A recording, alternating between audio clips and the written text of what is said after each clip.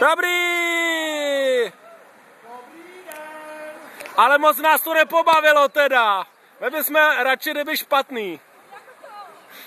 To by byla pro nás větší zábava. No nevím, nejeli. Právě, že moc jich ještě nejelo. Dejvu jo, Dejvu projel.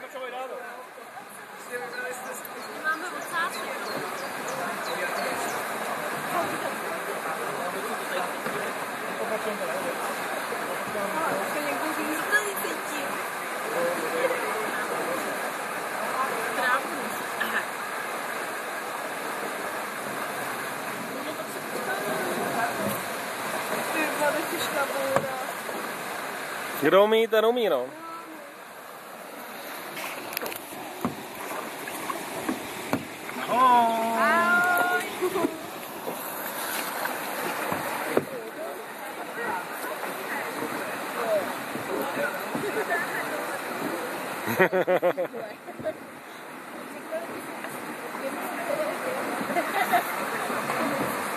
Entschuldigung, Sie bitte.